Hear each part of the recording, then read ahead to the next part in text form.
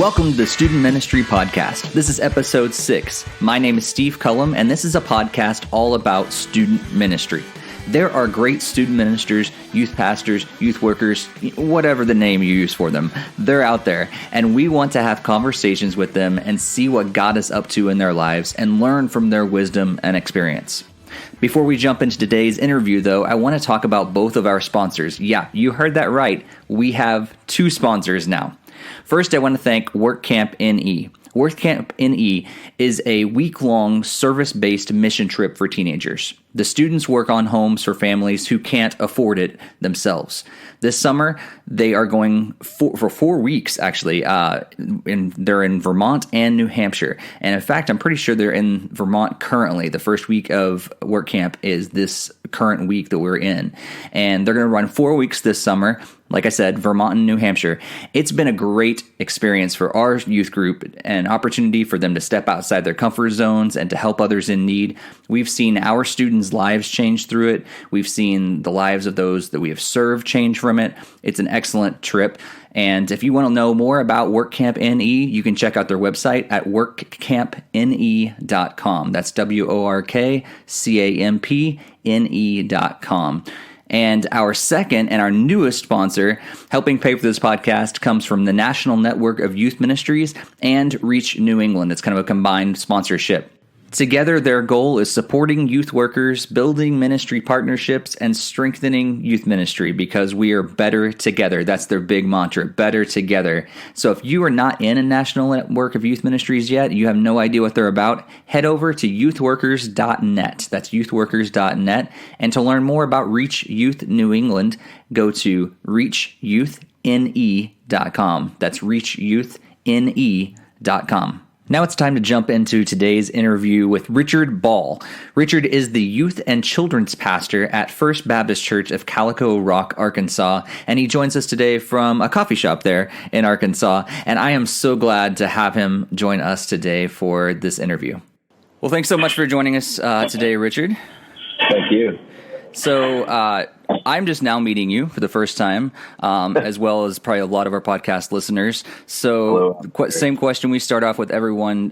Tell us a little about yourself, maybe what's going on in your life right now, and maybe a little bit of how God got you to this point. Well, my name is Richard, and, I got into this in quite a strange and interesting way. Whenever I was 18 years old, well, let me back it up just a little bit. I'd started to rededicate my life, and whenever I was about 14 years old at church camp, where I grew up, and I originally lived in New Jersey, moved here in Arkansas, and my cousin was telling me about church camp, and I was like, "What is that?" And then I got to learn about it, and so I was like, "This is awesome." And so, I rededicated my life, and then I started really seeking after God. I would do things like take my Bible to school and just pray before tests and stuff like that. And I'd have my Bible on my desk and stuff like that. And people would ask, "Why would you do that?" And I said, "Well, because I'm allowed to do that. And I can, because no teacher's forcing it." And I would start really kind of just really getting serious in my faith. And people would say, I sense that you're going to be in the ministry. And I'm like, no. I initially wanted to be a cartoonist for Marvel Comics. Wow. And live in New York and have hardwood floors. That's what I wanted. So, New York, Marvel, and hardwood floors, huh? Okay. That's right. You can blame that on Mad About You, that show back in the day. Must-see TV. But, I did that, and so, but I was always open to what God wanted me to do. And I would have conversation with pastors, and they would say, I feel like God is calling you to do something, they would say, and I would really listen to them and start to feel that God was calling me to do this. And when I was 18 years old, I had led a CUF poll, and a friend of mine came up to me and said, I think you're going to be a pastor one day. And I didn't say no. I was like, that's really interesting. I kind of really thought about that. Then shortly thereafter, I knew God was going to call me, and I was at a revival service. Here in the South, we have a revival. And it was just like God was pulling me. He said, "It is time for you to answer and to do this." And I'm like, "All right, Lord." And so I did, and I started into the ministry. And Went to school here in Arkansas. Went to a place called CBC, which is a Central Baptist College, and then I went to transfer to Ouachita, and where I met my wife. And I had to look for something just to kind of hold over until I found a church. And so when we were married, I became youth director of this church in Arkansas, and it just didn't work out. And at the same time, I was kind of teaching in a private Christian school, Southwest Christian Academy. It's a really great school, small school. And just really kind of, it was my calling. If you had told me when I surrendered to the ministry that I'd become a teacher for 10 years, I'd say, you're crazy. Ain't no way going to happen. But, once again, what God does is what God's going to do. All he asks us is to just say yes and to follow. And so I became a teacher. I was a teacher for 10 years. And around my 7th or 8th year of teaching, I really once again felt this desire to not be a teacher in a traditional sense, but to be ministry, but to be in ministry, and to be a youth pastor. And so I began to really seek the Lord about that, and really began to pray, and it was frustrated because sometimes God was silent. He wasn't talking. And I was like, God, what are you doing? And so, but around my 8th, 9th year of teaching, there was a church, the church where I grew up at. They were looking for somebody to fill in for music ministry, and so I have some experience with music, and so they asked me, and I said, yeah. And so I was working. Before that, I was a lay youth worker in youth ministry, and we began to have a conversation, me and the pastor of that church, Victory Baptist in Conway, Arkansas, and he asked me about what my desire was, and I said, I would love to be doing something in youth ministry. And from there, it kind of just grew into this idea of, well, let's call him to be our youth pastor. And so for about 2 years, I was youth pastor. I was youth pastoring it, and I was teaching. And God was really just leading me away from being a teacher, leading me away from that calling. And it was kind of a struggle because, I didn't know what that was looking like, and it was really frustrating. And so in May of 2014, I trusted God to the big leap of faith, left the school where I was at for 10 years, and just really saw, okay, God, what's going to happen? And that led me to become the youth and children's pastor at First Baptist Church, Calico Rock, in Calico Rock, Arkansas. Wow. And, it was just, there was this one particular day, too, that I was just saying, God, I know you're calling me, but, hadn't heard anything, got some rejection letters, and, just feeling really discouraged. And I was like, God, what are you doing? And that day, I got an email from one of the people of the church, and they said, we want to do an interview with you. And I was like, okay. And it was a Skype interview. And so I'm sitting there, and I'm dressed up, and then, had the Skype interview that Sunday, and then I got done with the Skype interview, felt it went well, didn't know what to expect or anything like that. And then I got a call back from the pastor saying, hey, we want to talk to you. Wow. And we want you to come. And so I called him back and set up a time to where me and my family could come. We went up there. From there on, that Thursday following that meeting, they called me, and I said yes. So it was just amazing. It's all God's timing, Yeah. And so that's what I'm doing now, and I've gotten to do some really amazing and awesome things. Got to go on a mission trip to Nicaragua last year.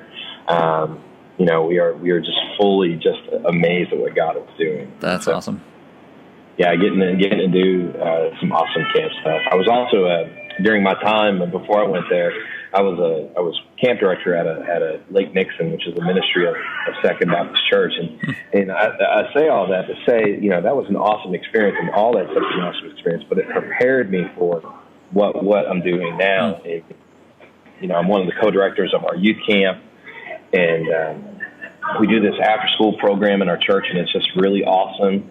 And so, I look back and I see how God was shaping and molding me to be who I am today. Mm-hmm. So, you don't see it in the immediate, but looking back, it's clear as day. Yeah. So that's where I am.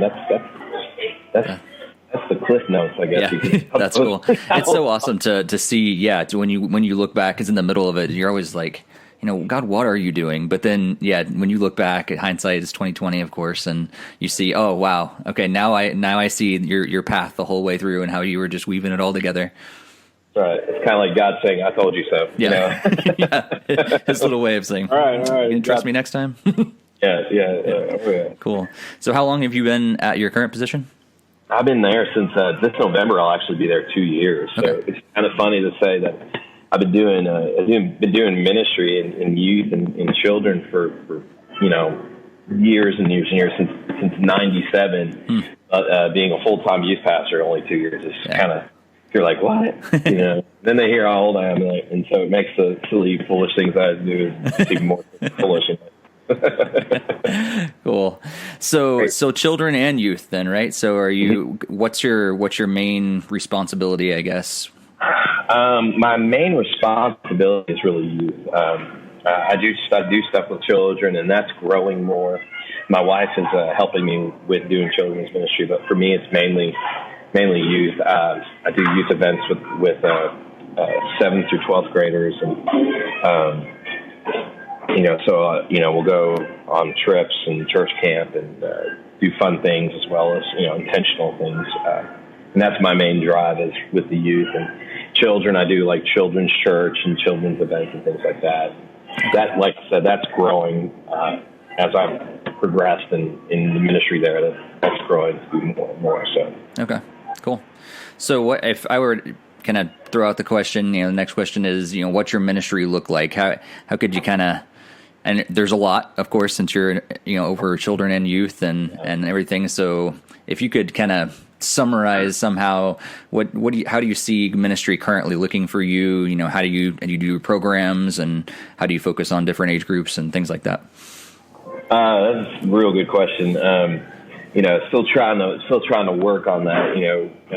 The town where I live in is really a rural town. We're the biggest church in the town. And it's a town that has a lot of broken families, a lot of kids that have been taken from homes, sometimes in the middle of the night or sometimes when they're asleep, and they deal with issues of that. And so, it's really kind of ministering to these kids that don't have a stable home life. And so we do things like we've partnered with a government agency to do a feeding program with the kids and stuff like that. And that just started this summer, just as a way of helping kids eat, helping kids get food, and creating a place that is very welcoming and loving for them. And then from there, we break them into groups. We have here being a Southern Baptist, we have girl ambassadors and royal ambassadors, and they are separate, and we put them in there on Wednesday nights. They do some sort of activity and a lesson and stuff like that. And we have stuff for all the kids, youth. We kind of all gather together. We have a time of worship, and that's something that's been new that I've been trying to introduce. Is doing an element of worship and just allowing them to have the ability of just focusing on just God and having a time between them and God. And we'll play a game, and because I like games and they like games, and I found that when you can get them to laugh and you can get them to connect and have a good time, then that opens up lots of doors. Definitely. And then what I do as far as I'll have students come and we'll hang out, we'll play video games. I've opened up my house. I've had a kid that most of the roads where I live in are dirt roads, and so when the waters rise, the roads flood. And so this one kid, I was taking him home, and I was trying to get him to his house, and the creek had risen to where he could not. It was just flooded. And so I said, you know what, you're just going to have to hang out in my house then. And he was like, okay. And so he, sometimes you have to do that. You have to do whatever it takes just to, make them feel comfortable, make them feel, accepted. And I've been getting to build a relationship with him, and he's really a great guy. Him and several others, just going and doing things outside. Of course, going to see them in their elements, whether it's playing football or playing basketball or in band or, those sorts of things, treating them as what they do is just as important. Because to me, I look at what we do in ministry, is that we are to make them feel valued. We are to make them feel important. And, that means that we go to things that matter to them. That way they come to things that we're trying to say this matters. Yeah. That's probably, I'm assuming, really important if you're surrounded with a bunch of kids that have broken families and stuff, to actually have an adult that's willing to pour into them and say, hey, I actually care about you. Yeah. It is. And I've gotten to see kids that, I've seen kids that people will write off as troublemaking kids. I've seen them really kind of open up and really kind of share. And of course, it's not anything that I'm doing. It's all God working through me. And I'm just honored to get to, be a part of that. It's just by doing that, it provides doors for me to really love on them the way that Jesus loves on us. So, it's just really cool to get to be a part of that and get to do that. Yeah. So do you rely on a lot of other adults and volunteers, I'm assuming, to kind of get all this done, since you're over children and youth and trying to get to all their activities and stuff? Yes. Fortunately, I've got in our church is a loving church. It's a giving church. It's a church that wants to see things work. And it's not perfect. There's no perfect church, but I have several people that are volunteers, and they put in just as many hours as I do. If not, I dare say some of them put in more hours than me. It feels like, because they're there just about every time I'm there. And we also have our pastor's wife. Our pastor, Kevin Bishop. His name is Kevin. And he's really awesome. He's a really great guy, and he's very supportive. And his wife is just as supportive. And she is actually our after-school director, and so she takes on a lot of the kids' ministry responsibilities, because it's all kind of been funneled through this WASH program. It's our after-school program that we have on Wednesdays, and we are able to partner with the schools and do things with the schools. And it's just really cool to get to see what's happened and how that's grown. So she's a big help with that. We ended up, this is a record year for us. We took like 47 kids to church camp this year. Wow.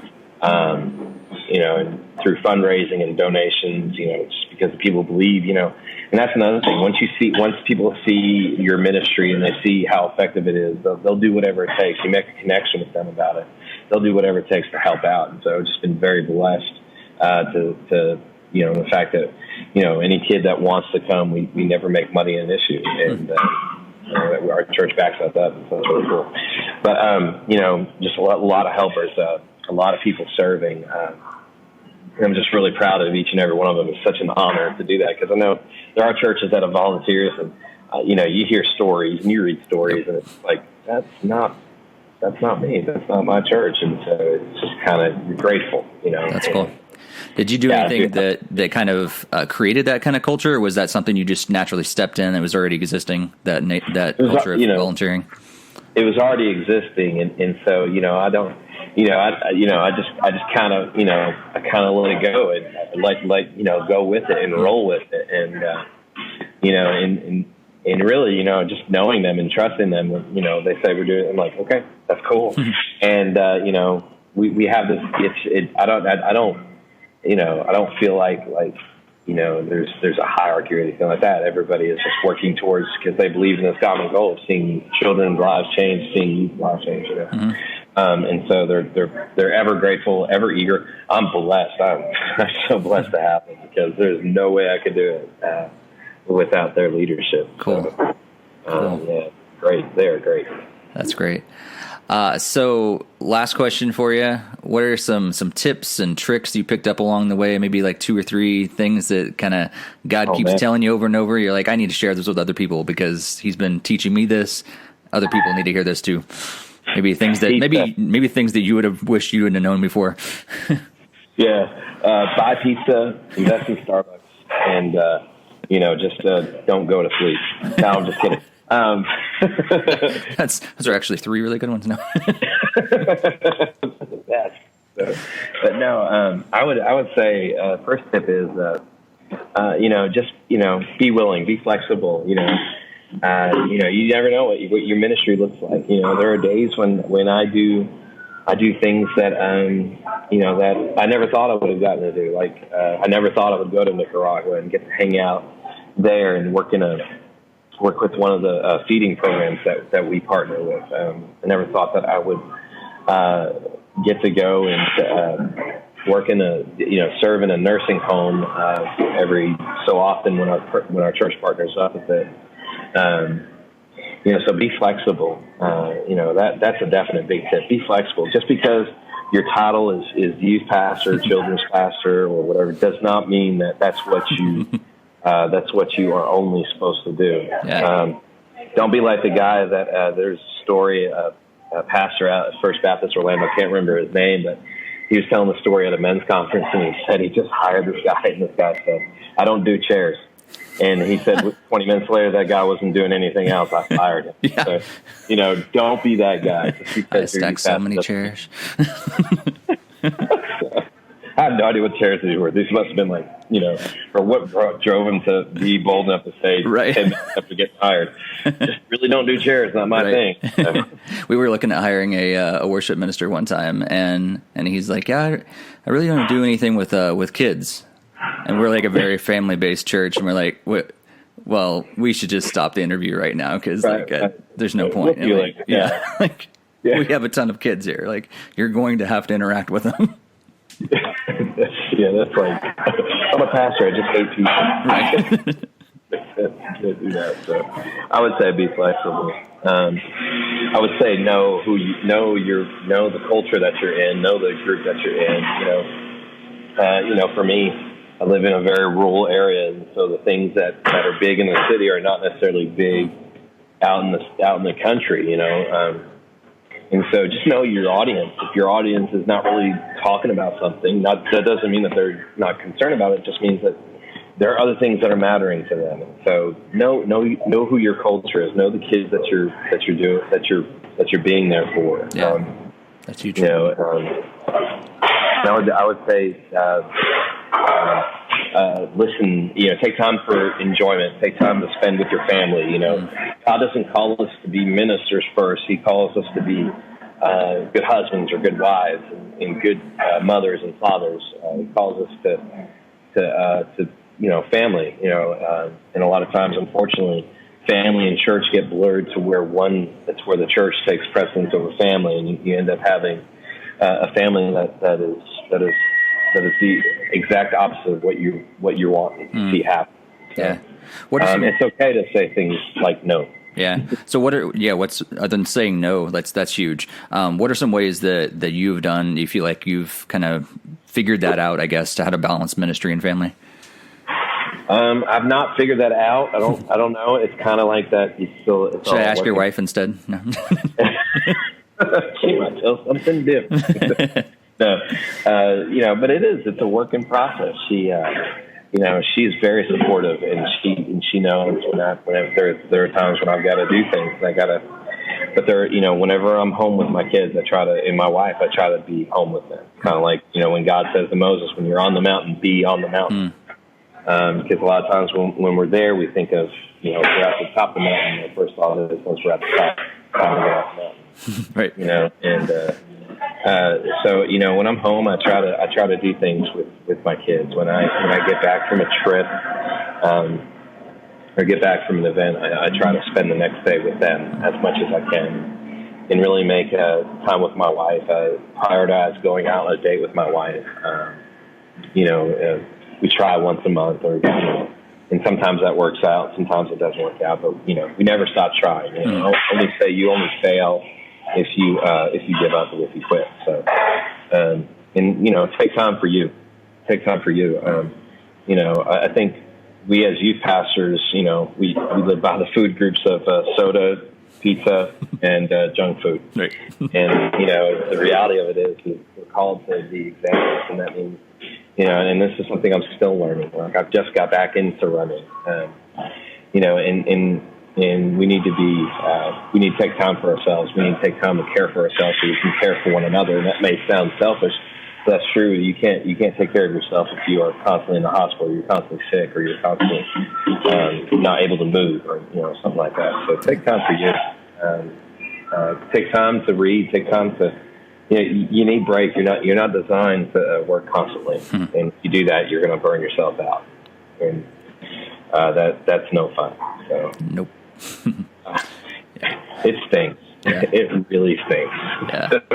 Yeah. And there's so many that have burned out. So I haven't got to that point. I don't feel like I've really gotten to that point before. But that is only to the number of people that have told me how to do it right, before I got into this position. Like, it's definitely nothing that I just figured out on my own. It's because I had a lot of very, very wise people that told me, hey, do this, do that, do this, say no to that, so that you don't burn yourself out. My wife, just recently, just because our summer's been so busy and so hectic, my mind has been focused in summer. We've had to do a lot of fundraising for everything that we're doing this year because our numbers going to children's camp are bigger. We're doing this mystery trip thing that I can't say in case somebody listens to the podcast and it, so because I was excited when I heard about this podcast. I was like, yeah, so, that was weird. Sorry. No, it's I'm glad people are excited. But and so my wife said, with this break coming up, she said, take some time. And I was hesitant. I was like, you know what, I need to, and I was glad I did. So it was real great to just to be with family, to think about family, to have fun with family. So, cool. Awesome. Well, thanks so much for joining us today. If people want to find you online or read anything that you're writing or things like that, where is the best place to find you and connect with you more? Oh man, they can follow me on Facebook. I'm starting to think about maybe getting into some website stuff, and I used to blog. I have a blog, some sort of blogger.com, Impact of the Savior, blogspot.com. Something like that. I don't know. You might be able to find it. I don't know. It's old. Back in the day, I thought, I'm a blogger. It didn't happen. But started thinking more about that, getting back into that. But you can definitely connect with me on Facebook. You can go to facebook.com/I know Richard Ball. It's IKNOW, Richard Ball, and all together, lowercase, no spaces, because I thought it'd be cool. Anyway, but. You can connect with me there. You can connect with me on Instagram. I know Richard Ball, all together, lowercase, no spaces. If you're into running, I've kept a running blog for a few years, kind of a running blog, more so just a displaying my stats and the struggles and stuff. You can follow me on that. It's a Facebook fan page, hashtag running for my life. Spell out hashtag running for my life. Also, Instagram, same thing. And so me and my wife, I was excited. My wife and I just did our first Firecracker 5K together. That was fun. And so we had a good time. It was great running with her. So. Yeah. But you can find me there. Just just search Richard Ball, and I'm on Facebook. I'm the guy with the kids with all superhero shirts on, and that's sitting on Barnes & Noble. You can find me there. You can find me on Instagram and Twitter. It's Supernatural45. So, so anyway, that's where they can find me at. Awesome. Yes, definitely go to Facebook and Instagram and Twitter and follow Richard Ball and find out what he's doing in ministry and running. Yeah. So cool. That's fun stuff. So look forward to September, by the way. That's going to be awesome. Yeah. So I've not talked about this on the podcast, but Richard and I and some other people will be joining Doug Fields and Josh Griffin and I guess 98 other youth workers for DYM 100, for the Download Youth Ministry 100, first ever. So yeah, I'm excited. I don't really know what to expect, but I'm excited for it. Me neither. I'm just hoping there's a chance I get to at least try to run by the beach, just to say, I ran by the beach and it was awesome. Yeah. So, I'm looking forward to hanging out with you, man. This is fun. Had a great time. That'd be good. Well, thanks again, and God bless your ministry. God bless you, man. All right. Thanks, bud. And thank you so much for tuning in this episode of the Student Ministry Podcast. Honestly, thanks so much for checking them all out. We are getting really close to 1,000 downloads actually for this podcast. Combine all the episodes together, all 5 of the episodes, and this one be 6. It honestly blows my mind that many people are listening. I'm so grateful for your listens and for your shares and things like that. If you do like this, though, please share it with someone else that you think would be interested in it. And if you do like it, if you can give us like a good rating or something on iTunes or Stitcher and TuneIn Radio, and subscribe, that really helps other people find it as well. So make sure you do that if you do enjoy it. And if you'd like to hear someone else that you know on a future podcast, make sure you send them my way.